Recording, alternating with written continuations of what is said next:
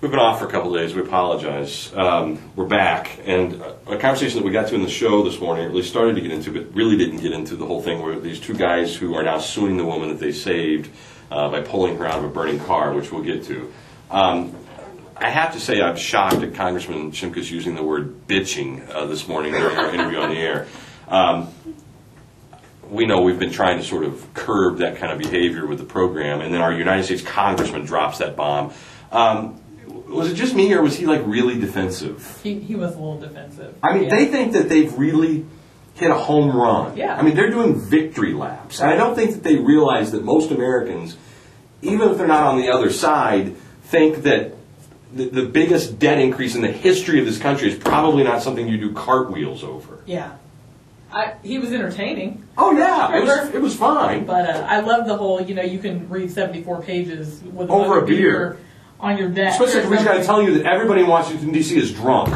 And he brings up bitching and the beer reference in the same interview. It was perfect. It all fit together quite nicely. I don't know, but the largest debt hike in history, $32 billion a page for the 74-page.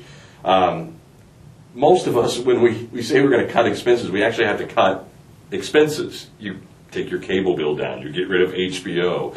Maybe you don't spend as much on clothes. You quit smoking. You buy generic pop. Their idea of cutting expenses is, on future expenditures, instead of spending this, we're going to spend this. These cuts, none of these take place until 2014. How in the world does that help us at all? I mean, am I just not getting the math, or I'm with you. No, I don't think anybody cares. Yeah. I think you got people that are bitching over here, and then the rest of the country that's not paying any attention whatsoever. Yeah. Don't you feel like that's the case? Yeah, for the most part. I'm wondering, I hear a lot of people saying, I'm waiting for the next election so I can vote against every single incumbent on the ballot. I think there'll be a very big anti-incumbent field in the next election. Which, I don't know what that means. Our representation, what do? We look to our congressman. We have, like 5. Shimkus voted for it. Schilling voted for it. Schock voted for it.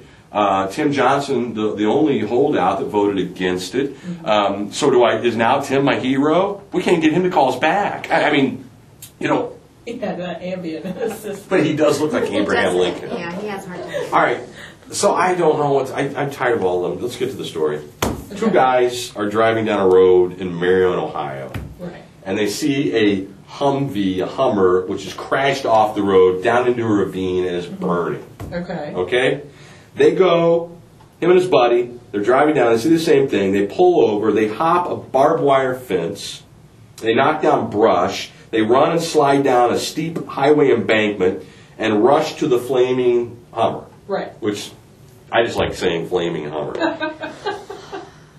Kelly said in an interview last week that he still remembers the woman's screams, "Help me, help me, help me," over and over, and that's all I could hear. Kincaid and Kelly didn't know who was inside, but they knew they had to get to her. They fought their way into the vehicle, wrenched the door open, and pulled Teresa Tanner out, saving her from certain death. That was on March 11, 2009. Now both guys are suing the woman that they pulled out of the Humvee. Now at first, you hear the headline, right. you say, what a couple of asshats these guys are. Yeah. You're suing the victim.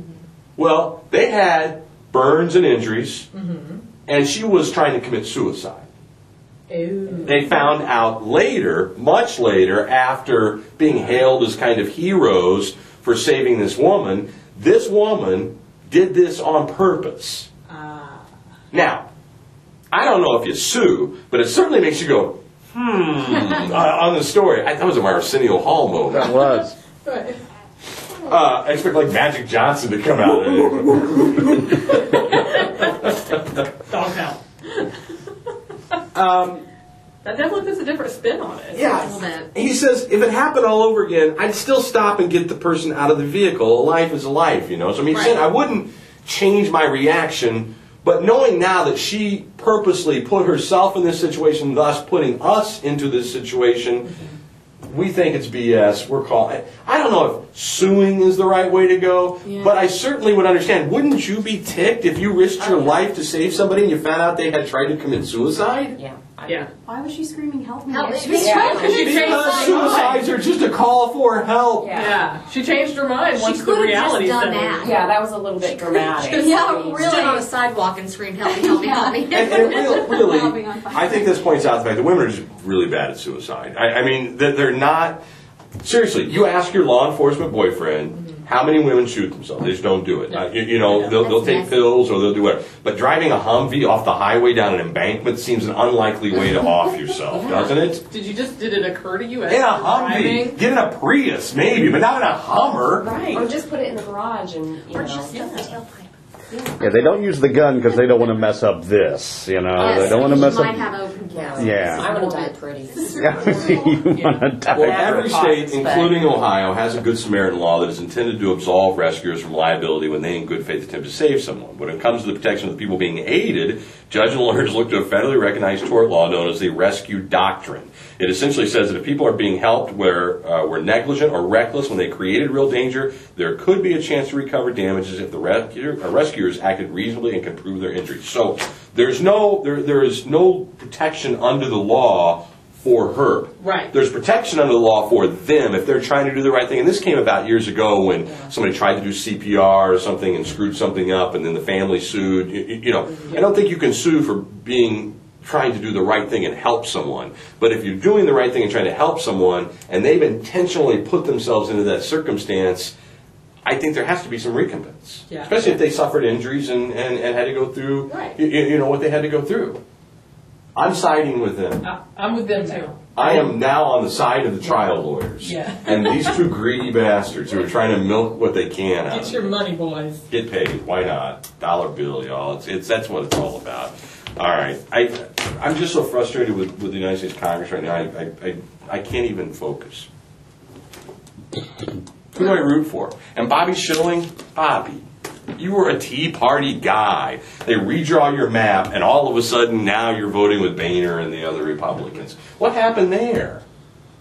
Saving his own. I mean, do you just whore yourself out just a little by He's not little, ready to go back and then to- by the day you're there for, you know, I don't know, a year and a half, you are the woman with the mom jean shorts wrapped around your ankles driving 75 drunk, right? Little by little, piece by piece, and you sell it to yourself as pragmatism. You go, well, how do I help my people in my district if I don't go along with the speaker and our leader of our party? Because if I tell him no, he's going to punish me and take it out on me. And I can't bring Well, home he more just dollars does- we don't have to my district. Yeah. There's always a justification.